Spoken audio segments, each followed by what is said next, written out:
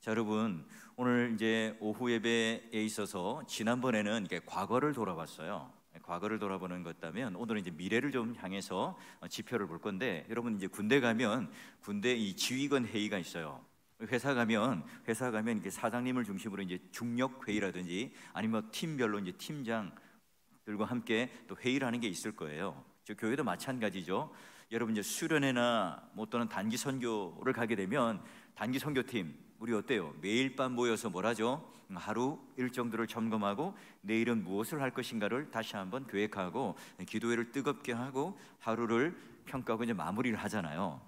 자, 이런 모임이 중요한 이유가 뭘까요? 오늘 하루 이제 일정들이 이제 어떻게 잘 치러졌는가? 그러면 하루를 잘 피드백을 하고요. 그 다음 이제 미래에 대한 다음 날을 위해서 우리 또 일정과 계획을 또 세워보는 그런 시간들이 될 거예요. 여러분 지난주 이제 오후에 이제 이어서 오늘은 이제 미래의 지표요. 여기 이제 책을 나중에 볼 텐데 2050년도까지 이제 바라보는 그 지표, 그 예상 지표를 볼 거예요. 자, 오늘 이제 우리가 읽었던 이 말씀 너무나 잘 알아요. 이스라엘이 출애굽 둘째 해든 때 그달 이제 20일때에 뭘 하느냐? 이제 시내 광야를 떠나죠. 왜 떠나죠? 예, 구름 기둥과 불 기둥이 떠나라 이렇게 움직이면 함께 떠나요. 자, 그리고 바란 광야에 있는 가데스 바네아에 딱 서요.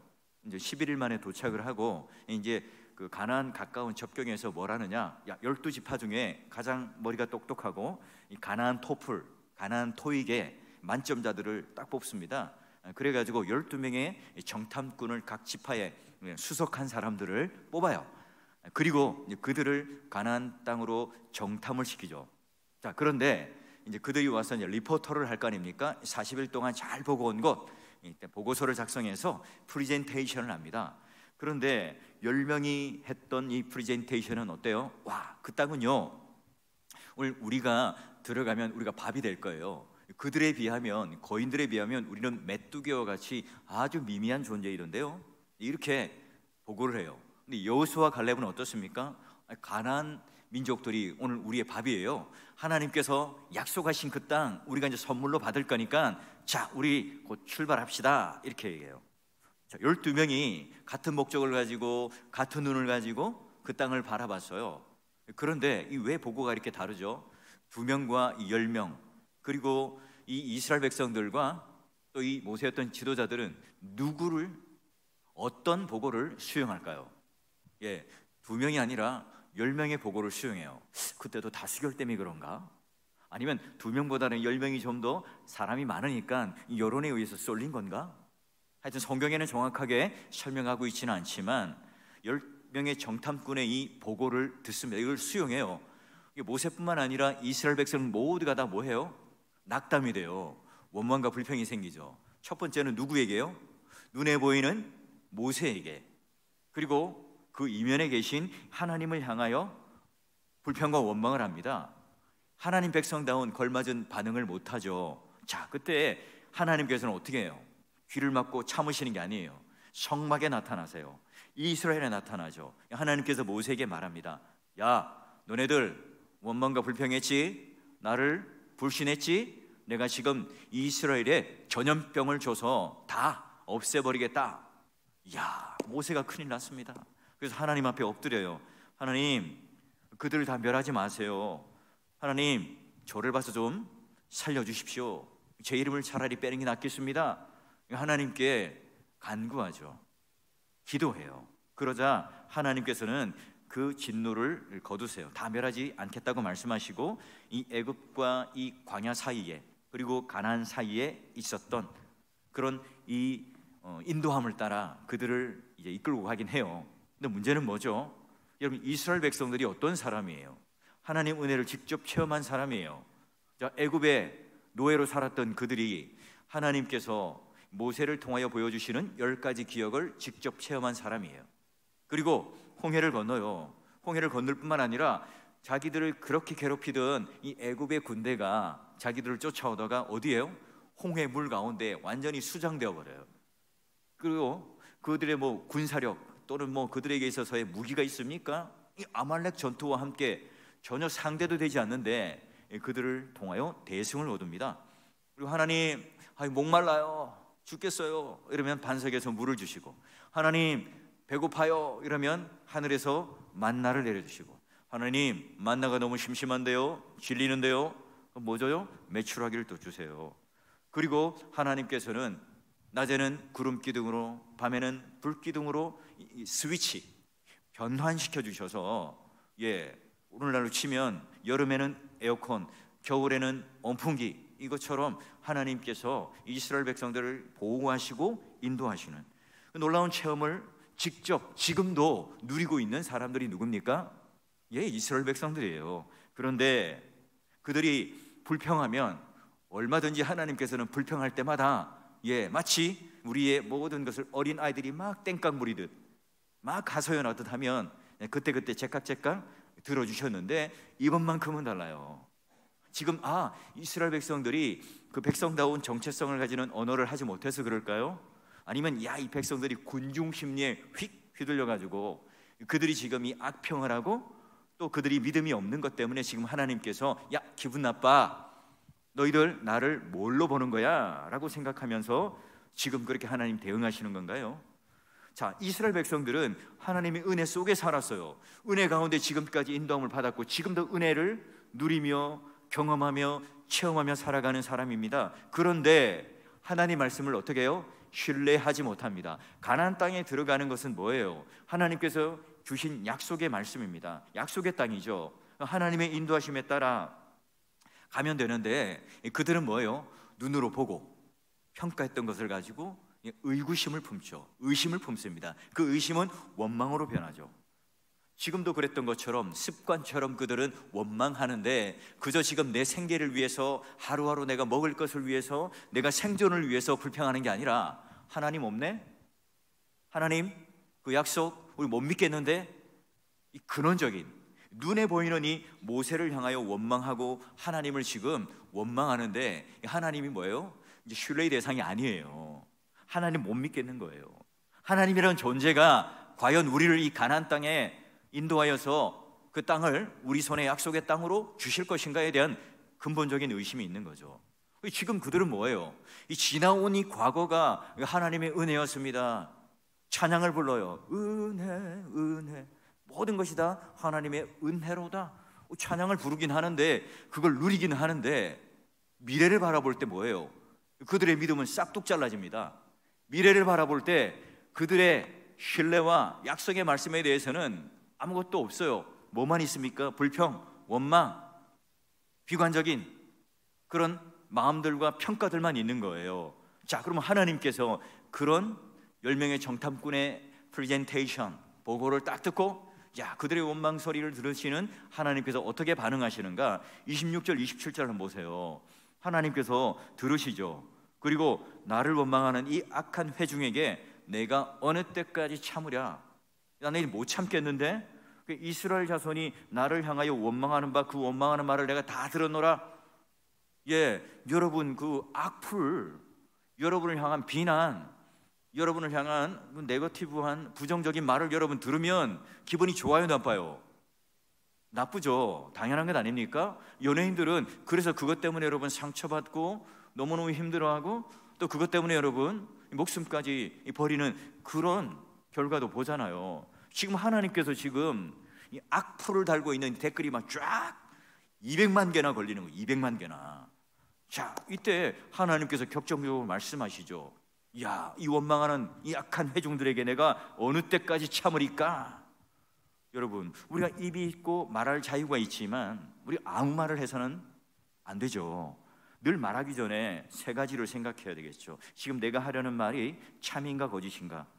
내가 이 말을 꼭 필요한 말일까?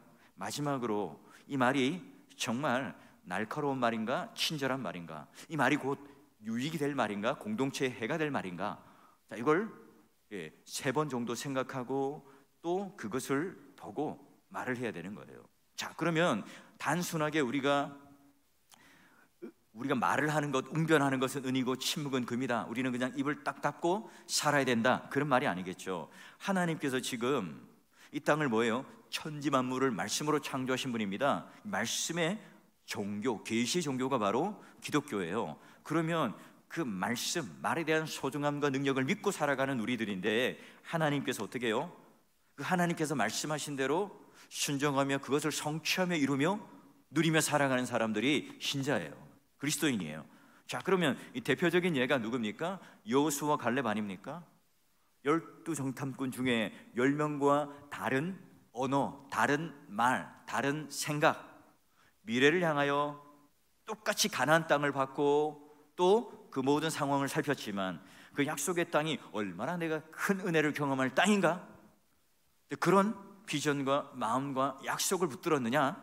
아니면 내 눈에 보이는 대로 평가하고 분석하고 해서 그게 아니다라고 했느냐? 그 말의 의미는 뭐예요? 바로 하나님을 신뢰하느냐 신뢰하지 않느냐에 따라 어떤 창문으로 바라봤느냐, 여기로 두 갈래 길로 나뉩니다. 여러분, 여호수아 갈렙은 하나님의 약속대로 가나안 땅에 들어가지만 나머지 10명과 함께 1세대들은요 그 광야에서 다 죽습니다. 출애굽 1세대의 운명이 어떻게 됩니까? 26절부터 한번 보게 되면 이렇게 되죠. 모세가 보냄을 받고 땅을 정탐하지만 돌아와 그 땅을 악평하여서, 자, 끝에 보니까 오직 눈의 아들 여호수아 여분의 아들 갈렙만 생존하더라. 코로나19 우리는 이 생체기를 지나가고 있어요. 세대 간의 갈등의 골은 더욱더 깊어졌죠. 이 정치적 이념의 구조는 동과 서, 진보, 보수 더 여러분 갈라져서 멀어지고 있습니다. 여러분, 우리는 지금 이제 어떤 때입니까? 마치 바란 땅 가네스 바나에서 정탐을 하듯이 이제 우리 미래를 향하여 우리는 어떤 걸음을 걸어가야 될까? 물음표를 던지면서 포스트 코로나, 그 다음에 이제 2024년도 한 해의 시작의 걸음을 걸어가고 있어요. 자, 그러면 우리는 여호수아와 갈렙의 눈을 가졌는가? 아니면 10명의 정탐꾼의 눈과 귀와 입을 가졌는가? 우리가 지난 날을 돌아보면 이 아쉬웠던 적이 한 번도 없은 적이 없어요. 나의 아픔, 고통, 이걸 감내하며 우리는 살아왔어요. 하나님께서 그런데 그 가운데 나와 함께 하셨기 때문에 내가 은혜 가운데 이 자리까지 왔다, 이 경험을 아는 자들 아닙니까? 이스라엘 백성들도 마찬가지예요. 여러분, 우리의 미래는 어떻게 열려야 될까? 결국은 우리가 보는 대로, 우리가 신뢰하는 대로, 우리가 말하는 대로 그 미래는 열리게 되겠죠. 주님의 몸된 교회도 마찬가지입니다. 우리가 뭘 보느냐, 보는 대로 우리는 따라가요. 보는 대로 우리는 평가하고 보는 대로 우리는 그 믿음의 용량이 커질 수밖에 없는 거죠. 하나님께서 이 교만한 이스라엘 백성들을 향하여 더 이상 참지 않겠다, 원망과 불평과 악평하는 대로 그대로 너희 입술대로 내가 심판할게. 이게 오늘 우리가 읽었던 본문이거든요. 자, 한번 28절부터 30절 보세요. 자, 그들에게 이르기를 여호와의 말씀에 내 삶을 두고 맹세하노라. 너희 말이, 너희가 누구예요? 이스라엘 백성들이 악평한 대로, 불평한 대로, 원망한 대로 그 입술대로 내 귀에 들린 대로 내가 너희에게 행하리니. 어떻게 됩니까? 밑에 보니까 너희 시체가 광야에 다 엎드러지고 그리고 20세 이상 모든 그런 1세대들이 다 죽을 거다. 내 귀에 들린 대로 내가 너희에게 행하리니. 하나님의 약속을 믿지 않고 멸시한 자들에 대한 무시무시한 심판의 말씀이기도 하지만 거꾸로는 뭐예요? 여호수아와 갈렙에게 있어서는 어떻습니까?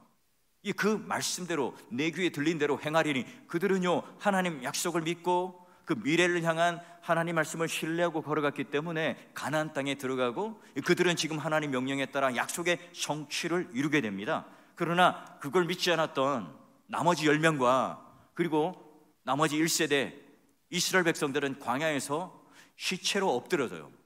하나님 앞에 엎드렸던 여호수아 갈렙은 가나안 땅에 들어가지만 반대로 나머지 10명과 함께 운명을 했던 이스라엘 백성들은 그 입술대로 그들은 시체로 이 광야에 엎드러지고 말아요. 하나님 백성은 어떤 사람이에요? 하나님 말씀을 신뢰하는 사람이죠. 하나님 약속을 신뢰하는 자만이 하나님의 일에 동참할 수가 있어요. 신실하게 그 믿음 따라 그 길을 걸어가죠. 제자의 길을 걸어가고 하나님 백성, 하나님 군대로서의 그 길을 걸어갈 수가 있어요. 우리가 믿음의 눈을 가지고 살아야 할 까닭이 여기에 있습니다. 여러분, 아브라함과 롯이요 똑같이 그곳에 있었지만 똑같이 눈을 들어 동서남북을 바라보지만 롯은 어떻습니까? 눈에 보이는 대로 자기 눈에 합당한 대로 분석 평가하여서 결국은 소돔 고모라를 선택하게 되잖아요. 근데 말씀의 눈을 가진 이 아브라함은요 달리 살아요. 그렇죠. 우리가 볼 땐 바보 같아 보이지만 그러나 그가 믿음의 길을 걸어갔고 말씀의 길을 걸어갔기에 전혀 다른 방향의 삶을 살아가요. 우리도 바라보고 깨닫고 함께 할 때 오늘 우리 작은 신음에도 즉각 응답하여 주시는 하나님, 그 앞에 우리가 반응할 때 여러분 말씀으로 우리가 객관화시키는 여호수아 그리고 갈렙은요 말씀으로 철저하게 객관화시켜서 그 길을 걸어가요. 근데 10명은 어때요? 자기가 원하는 이 주관대로 미래를 바라보며 가나안 땅을 정탐하여서 평가를 하죠. 너무너무 분석 잘했겠죠. 너무너무 여러분 미래에 대한 곳곳에 이 가나안 땅에 대하여 잘 탱크는 몇 대고 군대는 몇 명이고 보초는 어떻게 서고 그 안에 어떤 소산물은 어떻고 그 길은 어떻고 뭐 여러 가지를 잘 군사 또는 뭐 여러 가지 지리적으로 보고를 잘 했을 거예요. 그러나 그것을 통해서 자기를 객관화하고 이 공동체가 하나님의 길을 걸어가는데 도움이 되는 게 아니었어요. 여러분 어떤 상황 어떤 환경 속에서도 그 환경 넘어 계신 하나님의 섭리를 볼 줄 알 때 이스라엘 백성들이 지금 40년 광야를 딱 지내면서 마치 나그네처럼 외국인처럼 타향살이하는 것처럼 고향을 그리며 약속의 땅으로 걸어갈 수 있었던 또 다른 한 믿음의 사람들과 그리고 아닌 사람들이 구분되잖아요. 우리 모두는 다 죄와 싸우며 마라나타 재림을 종말론적으로 기대하며 살아가는 말세의 성도들이에요. 오늘도 우리가 눈을 들어 우리가 함께하는 그 하나님과 함께 시선을 맞추고 믿음으로 반응하는 신자가 될 때 오늘 우리가 이런 보는 성경 말씀과 이런 지표들이 이게 오늘 우리가 가지는 어떤 주관적인 판단을 통해서 낙담하고 원망하는 것이 아니라 객관화된 하나님의 지혜로서 우리가 지금 현실을 잘 직시하고 미래를 어떻게 잘 대비할 것인가, 그 주님의 기쁨이 되며 그 하루하루를 살아내는 저와 여러분이 되기를 바라며 이제 한번 지표를 보도록 하죠. 자, 여러분 이제 화면을 보게 되면 오늘은요, 바로 이제 2050년 한국 교회라고 하는 이제 제목을 가지고 최윤식 박사가 쓴 이 책을 가지고 이제 미래적 지표를 한번 볼 거예요. 자, 보시면 지금이 이제 너무너무 중요한 시간이라는 거예요. 물론 여러분 1년 전에도 10년 전에도 다 중요한 시간이라고 그러잖아요. 그죠? 지금도 중요한 시간이에요. 자, 왜 그러냐? 2050년도 이제 한국은 또 다른 이제 미래를 진단하는데 무신론 또는 이단의 나라가 될 가능성이 있다 이렇게 평가합니다. 자, 이게 지금 그렇다는 게 아니라 이제 2050년까지 이런 지표대로 계속 흘러가면 그렇다는 거예요. 자, 그러면 이제 61개국 평균과 한국의 이 평균들을 이제 보게 되면 어떤가? 자, 보니까요.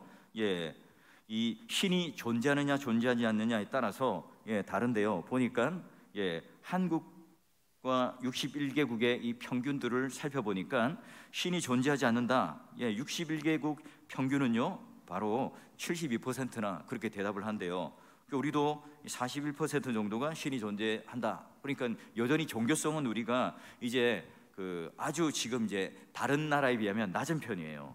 사후세계도 마찬가지고 천국이 있는 것도 지금 쭉 우리가 30%밖에 안 되는, 그리고 이 지옥에 있다도 29%밖에 안 되는, 그러니까 우리가 마냥 지금 종교성 자체가 많이 줄고 있다는 거고요. 자, 그리고요 이제 2050년이 되면 헌금 관련되어서 이제 기근이나 재정에 고갈이 올 가능성이 있다는 거예요. 무슨 말이냐? 자, 우리가 이제 갈수록 이런 가처분 소득이나 이런 것들이 이제 점점 이제 이 베이비 부머 세대들이 은퇴를 하시잖아요. 이제 그런 분들이 어떤 분들이냐면 헌금 충성도가 굉장히 높은 분들이에요. 우리 믿음의 선배들 어떻습니까? 다들 여러분 11절을 정확하게 하시고 더 힘겹게 하시는 분들이에요. 그런데 이제 2023년 이후로부터 우리가 이제 말하자면 이게 가처분 소득이 늘어나서 이거 우리가 뭐 월급도 늘고 하지만 문제는 뭐냐? 문제는 이 헌금에 대한 충성도 자체가 떨어져요. 이게 무슨 말이냐? 이 청장년의 시대가요, 이 뭐 인구도 줄고 사람이 줄 뿐만 아니라 우리 이제 젊은 세대가 이 헌금에 대한 충성도가 너무 떨어진다는 거예요. 지금 이제 은퇴자는 많아졌죠. 은퇴자가 더 증가했는데 여전히 이분들은 그래도 연금을 가지고 살아가시고 또 이런 것들을 헌금을 하시긴 해요. 근데 여러분 전성기 때 여러분의 그런 소득보다는 내려가겠죠. 그리고 이제 이 젊은 세대 청년들이요, 헌금에 대한 이 부정적인 생각을 가지고 있는 사람들이 많아요. 뭐 유튜브나 이런 데서도요 막 그거에 대해서 아주 부정적인 얘기를 하는 것들도 많이 영향을 받고 있습니다. 그런 게 오늘 이제 2050년도까지 계속해서 이런 추세로 이어지면 이런 위기가 온다는 거예요. 자, 그리고 이제 아직 희망이 있다는 것은 뭐냐면 앞으로 이제 우리 한국 교회가, 조국 교회가 두 번의 부흥 기회가 있다. 이 박사는, 지금 최윤식 박사는 이렇게 평가합니다. 여러분, 우리가 이제 조선 시대 때 끝에 이제 박해 위기, 구한말에 그런 교회가 시작되죠. 선교사보다 뭐가 먼저 들어와요? 성경이 먼저 들어와요. 그래서 평양을 중심으로 해서 대부흥 운동이 일어납니다. 식민지 시대도 절정의 이 평양 대부흥 운동을 시작해서 뭐 그 이전에 이제 원산 회개 운동도 있지만 그걸 통해서 어떻게 됩니까? 우리가 영적인 바람이 막 위에서 막, 그래서 여러분 이 북이요, 처음에는 공산주의가 이렇게 판을 치던 때가 아니에요. 동방의 예루살렘이라고 평가받을 정도로 그 안에 이제 믿음의 어떤 그런 정절과 또 그 능력을 가진 분들이 있었단 말이죠. 그래서 일제 시대를 지나가면서도 이 기독교라고 하는 것을 통해서 놀라운 부흥을 이뤄내고, 그 기독교라고 하는 힘을 통하여 우리가 말하자면 광복이라든지 그 시대의 민족성을 지켜내는 중요한 역할들을 했죠. 여러분 6.25 전쟁 이후에도 완전히 이 땅이 폐허가 됐습니다. 그런데 그 이후에 이제 그런 기독교가 이런 산업화와 또 자유민주주의와 함께 맞물리면서 같이 동반성장하며 어떤 그런 동력을 일으키는 아주 중요한 역할들을 해내요. 그게 이제 뭐 여러분 잘 아는 여의도 집회, 작년인가 재작년에 그걸 기념하는 집회가 또 여의도에 열리기도 했었죠. 자, 근데 한국 교회가 중요한 것은 뭐냐면 우리에게 이제 통일이라고 하는 게 있다는 거예요. 통일이라고 하는 것이 있기 때문에 아직 한국이 비전이 있고 사명이 있다는 겁니다. 왜냐하면 여러분, 우리가 상상 못할 북한의 이 지하교회, 지금도 여전히 있는 그런 지하교회, 성경을 통째로 외우고 계신 분들, 그 믿음의 어떤 순수함들을 계속해서 지켜나가고 계신 분들이 이 북한에 지금 있다는 그 증언들을 선교사님, 북한을 왔다 갔다 하시는 선교사님들을 통해서 듣습니다. 그러니 여러분, 통일이 된다면 이제 그런 순수한 신앙들이 다시 한번 꽃을 피우는 그런 일들이 있겠죠.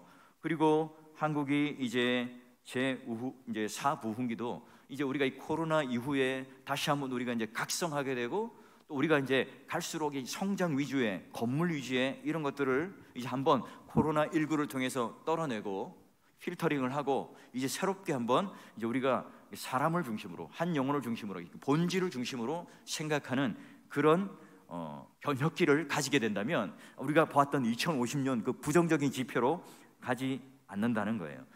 지금 우리가 가지고 있는 한국교회나 뭐 전 세계적으로 마찬가지예요. 이런 패배주의에 물들어 있습니다. 무슨 말이냐? 교회가 지금 코로나19 때도 문 닫은 교회가 많죠. 코로나19 때도 여러분 아는 식당 문 닫은 데 많죠. 그래서 쿠폰 열심히 모았죠. 10장 모으면 이제 그 음식 공짜인데, 커피 공짜인데, 어락 9장, 10장 모았는데 가니까 커피집이나 또는 음식점이 사라져 버렸어요. 그런 경우 봤죠?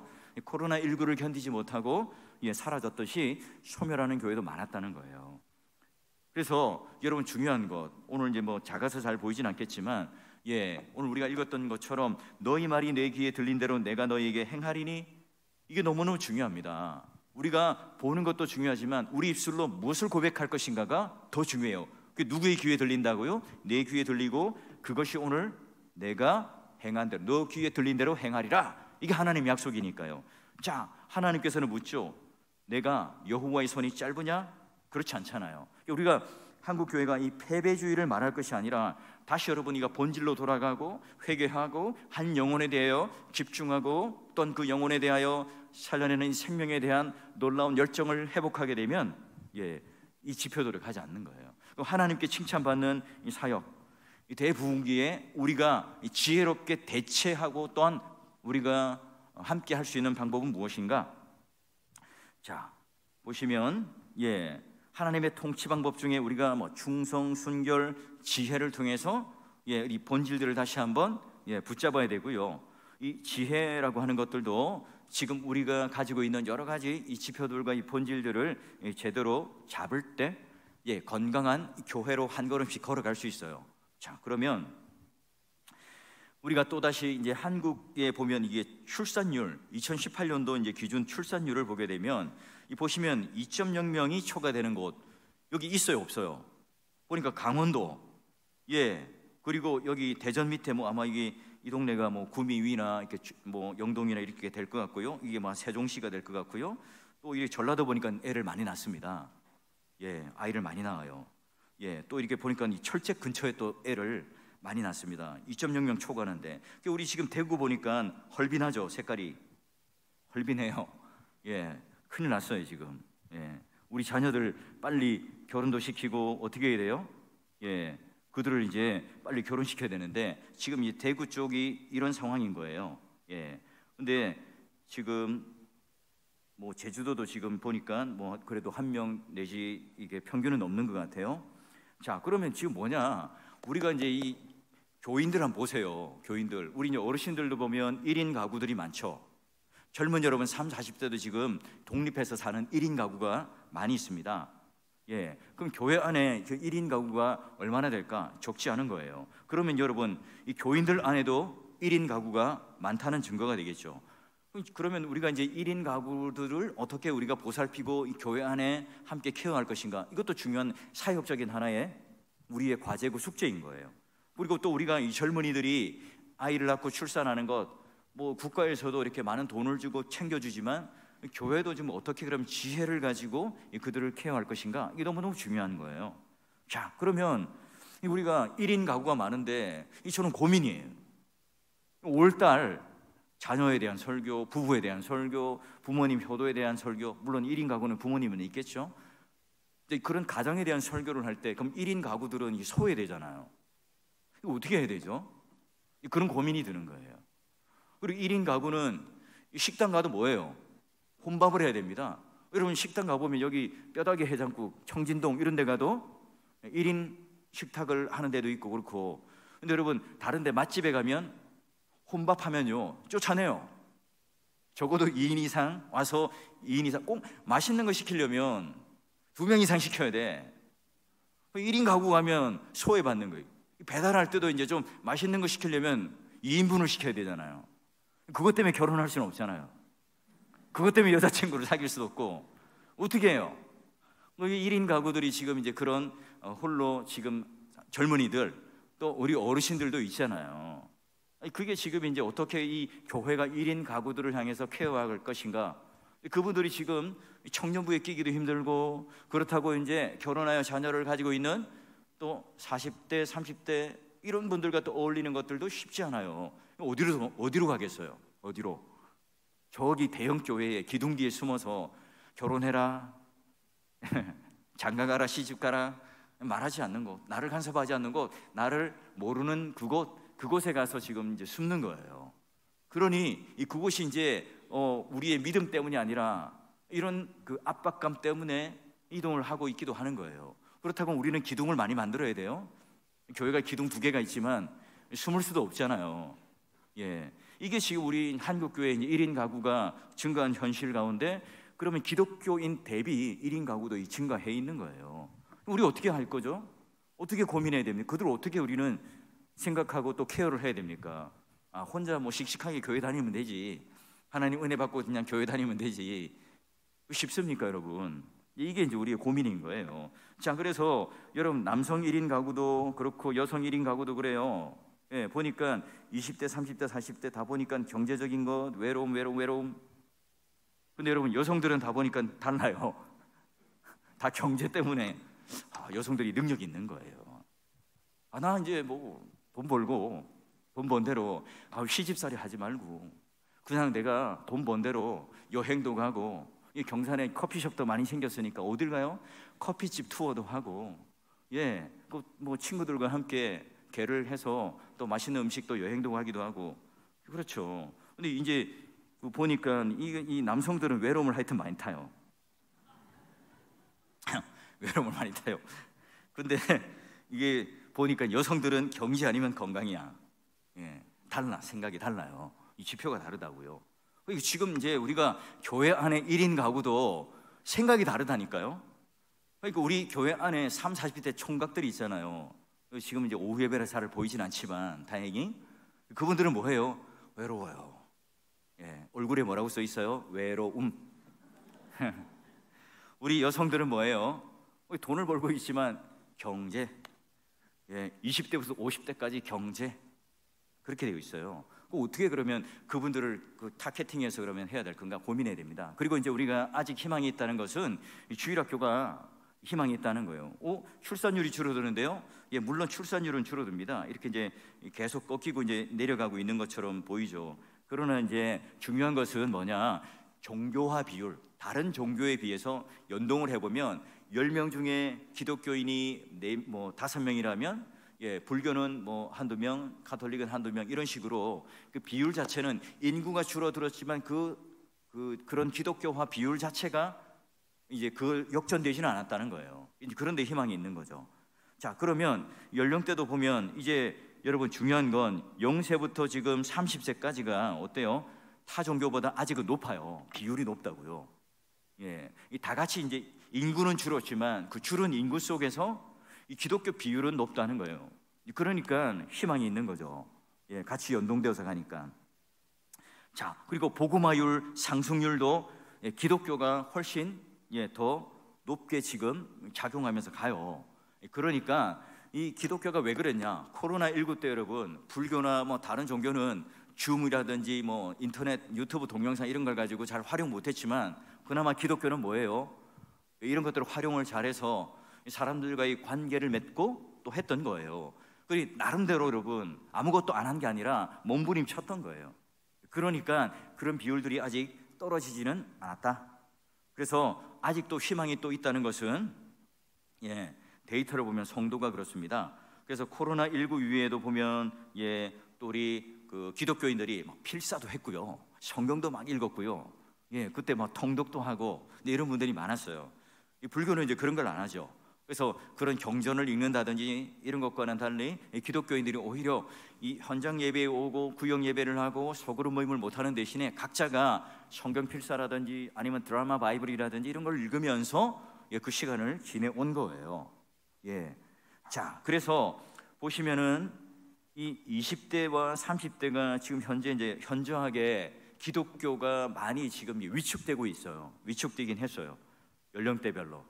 근데 이 비율이 이제 계속 올라가면서 한국 교회가 인구가 우리 이제 교인들의 그 숫자가 감소가 팍 되진 않을 거예요. 왜냐하면 우리 모두가 다 이제 평균 기대 수명이 높아졌잖아요. 다 100세 이상까지 사실 거잖아요. 우리 찬양대는 아마 110세 이상까지 사실 거고, 우리 믿음의 선배님들 다 105세까지 사실 거고, 우리 주일학교 아이들은 120세까지 너무너무 싫은데 살아야 될 가능성도 있는 거예요. 그렇기 때문에 그런 기대 수명이 늘어나면 숫자 자체는 이제 팍 감소가 되지 않지만 이 중요한 건 뭐냐? 이 다음 세대가 우리 언약의 자녀들이 어떻게 이 복음화율을 높이면서 갈 것인가? 이게 우리의 숙제예요. 그러면 이제 간음자를 바로잡는 이 지혜가 뭐냐? 인구 변화에 대한 이걸 잘 반영. 그래서 자꾸 이제 과거를 자꾸 비교하시면 안 됩니다. 우리 어르신들은 와 라떼는 우리 교인들이 100명 앉으면 주일학교는 500명 앉아 있었는데 그런 말을 하시면 안 돼요. 그때와 지금 달라졌다고요. 초등학교 아니면 여러분 중고등학교 때 한 반에 몇 명이셨어요? 70명 넘었죠. 오전 오후반 하지 않았습니까? 초등학교? 저도 그랬는데요. 그래서 뭐 선생님들이 그 학생 이름도 못 외우고 같은 반인지도 잘 몰라요. 그죠? 근데 지금은 아이들이 20몇 명밖에 안 된다고 한 반에. 자, 그래서 그런 것과 이런 우리 이제 시대 정신, MZ 세대라든지 권위주의에 대해서 굉장히 싫어하는 이 세대들, 이 세대들과 함께 우리 지금 예배드리고 있습니다. 주일 공예배 때 청년들이 앉아 있는데 그런 생각들을 하고 있는 청년들과 우리는 예배를 드리고 있다고요. 중요한 것은 이제 삶의 자리에 대하여 청년뿐만 아니라 우리가 어떤 변화를 가질 것인가, 그리고 이제 놓았던 이 사역들, 이 본질적인 사역들을 다시 한번 중심에 대고요. 가상 세계를 주목하는 일에 대해서는 우리가 아직 너무 이제 섣불리 접근해서는 안 되겠다 하는 생각이 들어요. 그러면 이제 칭찬받는 사역 두 번째 전략은 결국은 뭐냐? 성경이라고 하는 이 말씀이라고 하는 본질을 우리가 붙들을 때 하나님의 사람으로 온전하게 커가고 교육될 수 있는 겁니다. 그러니 여러분 다른 어떤 자꾸 사역들을 벌려가면 안 되고 지금 우리가 가지고 있는 예배 시간에 들려지는 이 말씀과 또 우리가 소그룹 양육하는 것들과 또 말씀을 나누고 권면하는 이 일들에 우리가 열심을 내는 그런 건강한 소그룹들이 많아진다면 교회는 결국은 온전하게 되고 건강하게 되고 말하자면 이 교회도 마찬가지예요. 골다공증이 걸린 영적 비만이 걸린 교회가 아니라 여러분 덩치가 크다고 여러분 건강한 게 아니잖아요. 밸런스가 맞아야 되는. 그래서 우리 그 체육관 가면 인바디 딱 누르면 근육 몇 퍼센트, 지방 몇 퍼센트, 이 비율이 맞아요. 건강한 거거든요. 그런 우리가 모습으로 교회가 탈바꿈돼야 됩니다. 그러면 예수님께서도 말씀하신 것처럼 우리에게 주신 대명령, Great Mission, 그리고 이 전도, 제자를 삼아라. 자, 이 일들이 교회 안에서 이제 이루어지는 일들이 되어야 돼요. 그래서 우리가 우리 교회는 몇 명 교인이야. 이것보다 중요한 것. 자, 우리 교회는 1년에 우리가 뭐 유아 세례 몇 명 주는가, 또는 학습, 또는 세례 교인은 과연 몇 명이 되는가. 여러분 이게 더 중요해요. 이게 더 중요한 수치라고요. 근데 우리는 이제 그냥 예배 숫자 모이는 또는 헌금이 얼마 되는 이게 여러분 숫자에 관심이 가지만 그것보다 더 중요한 건 뭐냐? 우리 언약의 자손들이 유아 세례를 받고 입교까지 몇 명이 되느냐? 아니면 지금 새신자들이 왔는데 오늘도 보니까 친구분들 요즘에 많이 데리고 오시더라고요. 그분들 오시면 그분들이 오셔서 예수 그리스도를 믿고 학습, 그리고 이제 세례를 받는 데까지 어떻게 나아가느냐, 그리고 한 몸 된 교회로 우리가 잘 성숙되어서 가느냐, 이게 지금 우리가 중요한 지표인데 그 첫 출발이 뭐예요? 이 전도라고 하는 거예요. 전도. 그러면 전도가 안 되고 또 뭐 이거 이제 구시대의 어떤 산물이다? 아닙니다.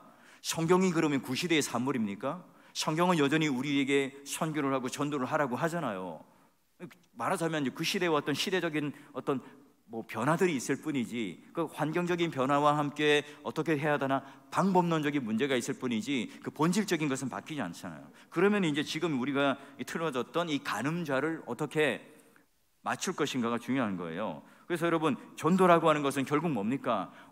우리가 나가서 뭔가 이 교회 숫자를 불려서 교회의 숫자가 불어나면 우리 담임 목사님이 즐거워하겠지, 아니면 또한 나에게 하나님이 상급이 주실 거야, 이게 아니라 이 지친 영혼, 안 믿는 사람, 내가 사랑하는 정말 이 전도의 대상이 되는 사람에게 소망을 선물하는 일이죠. 구원, 생명, 영원한 영생, 이것보다 더 소중한 게 있습니까? 이걸 지금 선물로 줘요. 나도 공짜로 받았지만 그들에게 공짜로 주는. 그래서 여러분 그 시대에 맞는 변증을 가지고 하는 거예요. 여러분 카톡, 여러분 그 SNS 이제 이런 것들을 가지고 여러분 얼마든지 친구들에게 세련되게 전도도 할 수 있고 또 말할 수도 있죠. 뭐 우리 교회도 이제 쇼트를 만들고 또는 밈도 만들고 그런 영상들을 제작해서 이제 좀 제공해 드릴 거예요. 그러면 뭐 임영웅 콘서트 이런 거 여러분 좀 보시는 거 약간 좀 자제하시고 그런 것들을 좀 서로 나누고 또 전도하는 그 일에 얼마든지 여러분, 예전에는 이 전단지 들고 문두 드리고 했지만 지금은요 24시간 언제든지 가능하잖아요. 그렇죠? 여러분 뭐 카카오 스토리 또는 그런 개인적으로 그런 운영하는 SNS가 있다면 꽃 사진, 개 사진, 음식 사진 이런 걸로 자랑하시지 말고 해외여행 가서 찍은 이런 그런 인증샷, 그러면 다른 사람이 볼 때 배만 아파요. 나도 가고 싶은데 나는 못 가는데. 그러니까 여러분 거기에 좀 말씀을 좀 넣어 놓으시고 전도하는 일에 좀 이렇게 꾸며 놓으시면 얼마나 좋겠느냐. 제가 일일이 그렇다고 여러분 카카오 스토리나 페이스북이나 SNS 다 들어가 보는 게 아닙니다. 그렇게 하기를 한번 해보기를 바라고요. 이 전도의 시작은 주일학교다. 이상하네요, 그죠? 지금 왜 그러냐? 2020년도 기준 2030 MZ 세대가 보면 여기에 비하면 이게 계속 적어요. 적어요. 그런데 그나마 그래도 한국 교회에 이 아이들에게 소망을 걸고 또 그 아이들을 관심을 가져야 하는 이유가 있어요. 그래서 여러분 다시 한국 교회가 이제 빅 체인지가 되는, 한국 교회가 이제 6만 교회라면 한 명씩 주일학교만 있어도 6만이 되는 거라 이제 뭐 산술적으로는 그래요. 여러분 뭐 청년부 이렇게 10년 후면 계속해서 이 징검다리가 이어지면 뭐 가능한 일이 아니겠는가. 그래서 우리가 뭐 개척교회도 또는 우리가 규모 있는 교회도 포기하지 않는 게 중요하죠. 포기하지 않는 거. 가나안 땅은요 우리가 비하면 우리는 메뚜기고 밥이에요. 이게 아니라 가나안 땅은 우리에게 주셨어요. 우리 보니까 우리 전도사님들도 보니까 학기 중에 막 학교 앞에 가서 아이들도 만나고 또 아이들 격려해주고 아이들 전도하고 이런 일을 열심히 하고 있어요. 우리가 잘 격려해줘야 되겠죠. 포기하지 않는 게 중요합니다. 중꺾마, 중요한 건 뭐예요? 꺾이지 않는 마음. 중꺾마. 우리도 마찬가지입니다. 그래서 주일학교 전도와 부흥에 세 가지 포인트가 있다고 생각하는데 우리 아이들의 고민에 좀 귀를 기울여야 전도가 보여요. 예전은요 그냥 이 전도라고 하는 것은 일방적이었잖아요. 전하는 사람이 일방적으로 쳤어요. 근데 지금은요 달라요. 아이들의 고민을 귀를 기울이고 들어줄 때 그들의 필요, 그들의 니드가 무엇인지를 들어주면서 그 교회가 그 합당하게 함께 그들과 공감해 주는 거죠. 그래서 주일학교 전도가 우리 이제 안에서부터 시작돼야 된다. 이 말은 뭐냐? 지금 우리의 자녀들부터 지금 뭐예요? 주일학교 보내는 운동을 해야 돼요. 우리 자녀들을 지금 오실 때 혼자 교회만 오시고 그냥 뭐 자고 있는데 내버려 두면 알아서 자기가 잠 깨워서 주일학교 오겠어요? 안 옵니다. 그걸 하기가 힘들면 교역자에게 소개시켜 주는 거예요. 선생님에게 이렇게 소개시켜 주는 거예요. 매칭을 해줘가지고 우리 자녀들이 있는데 좀 신경 써주세요. 그 명단을 적어가지고 전화번호하고 이름하고 딱 주는 거예요. 그러면 그 데이터를 가지고 받았는데 우리 전도사님들이 귀찮아요, 관심 안 가질 거예요, 이렇게 하겠어요? 그거 주면 아유 감사합니다, 최선을 다해서 그 아이의 복음, 그 아이가 가진 신앙을 잘 돌보지 않겠습니까? 우리가 지금 먼저 우리 지금 안에 있는 집토끼들, 이 아이들을 어떻게 먼저 잘 복음화시킬 것인가, 이게 이제 중요하고요. 그리고 이제 잠재적인 이탈자를 줄여야 되겠죠. 갈수록 고학년이 가면 교회를 이탈하는. 그래서 한번 보세요. 지금 5세에서 19세 이하, 그 다음에 17세에서 29세까지 둔 자녀들 비율을 보면 지금 이제 출석하지 않고 있는 이제 내가 부모님이 믿는데 자녀들이 출석하지 않는 비율이, 이 아이들은 좀 그래도 적어요. 이 저학년은 지금 고학년으로 갈수록, 청년으로 갈수록 지금 이제 반으로 가까이 가는 거예요. 10명 중에 4명은 청년부가 되면 교회 안 온다니까요. 그러니까 믿음 생활 자체를 안 해요. 심각한 일이죠. 이걸 지금 우리가 어떻게 그 누수를 막을 것인가 너무 중요합니다.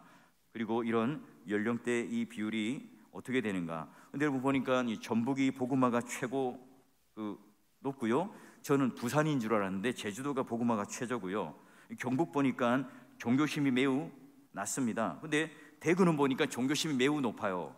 이거 왜일까요? 팔공산이 있어서 그런가 봐요. 그래서 기독교 화율은 높지는 않은데 종교성은 굉장히 불교라든지 이런 게 이제 높기 때문에 이렇게 높게 나오는 거죠. 자, 그리고 이제 가난한 성도가 많이 이제 지금 증가하고 있다. 결국은 지금 어디서부터 이탈되는가? 중2부터. 중2는요 외계인이에요.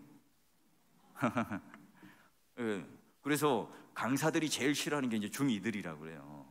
제일 이 주일학교 중에 힘든 부서가 이제 중등부 부서이기도 한다고 그래요. 이 사춘기에 접어들죠. 그러니까 뭐 힘들어요. 집에서도 힘들어요. 그래서 이제 2부터 이탈하면서 고등학교 졸업하면서 대학교 들어가면서 교회 이탈하게 되고 30, 40대는 또 취직, 육아 이런 것들에 시달리면서 신앙이 저하되는 거예요.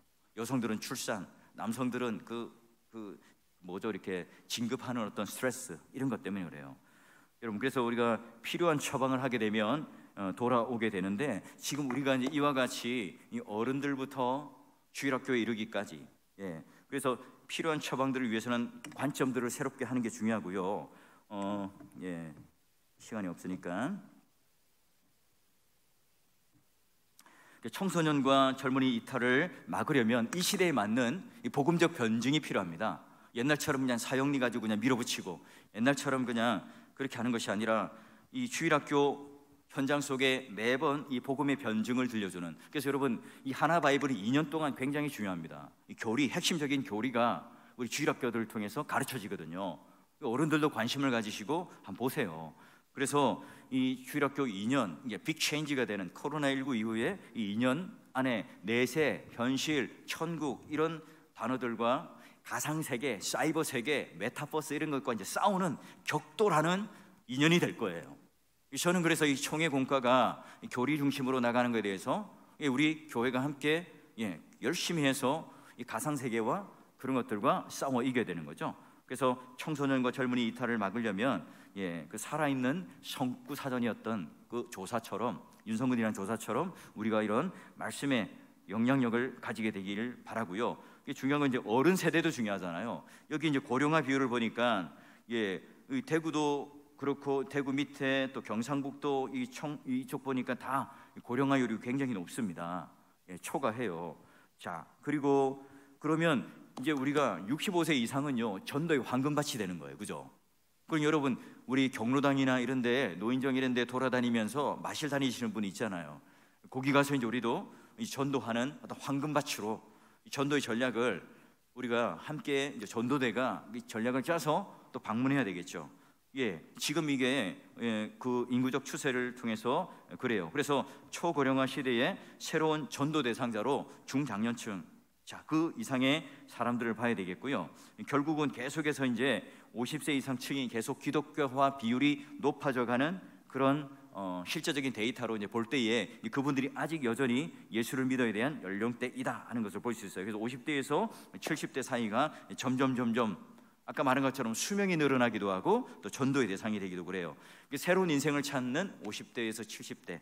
예, 그래서 우리 이단들을 보게 되면 2050년 이런 식으로 2067년에 가게 되면 이단들이 굉장히 자꾸 이제 치고 올라온다는 거예요.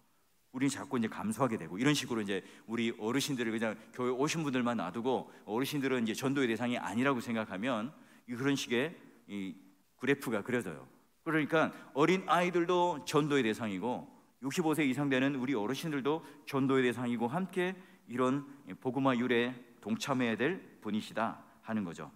그래서 통일이 되면 이와 같이 그런 더 큰 비전을 가지고 있을 수 있다 하는 거예요. 자, 여러분 오늘 우리가 여기까지 끝인데 주일학교로부터 또 어른에 이르기까지 아직 우리는 뭐예요? 희망이 있다, 기회가 있다. 내 귀에 들린 대로 우리는 행하리라 하신 하나님 말씀에 따라 좀 우리 희망을 가지고 2024년도 한 해 새롭게 다시 한번 미래를 향해서 긍정적인 또 미래를 향해서 하나님께서 우리에게 주신 약속의 성취를 잘 붙들고요, 이 어린아이로부터 어른에 이르기까지 다시 한번 이 본질적인 것을 잘 세팅해서 우리 모두가 이 교회가 이 부흥을 이뤄내는 원년해가 될 수 있도록 우리 모두가 힘써 주시고 그런 일에 동참해 주시는 여러분 되시기를 주의 이름으로 축원합니다.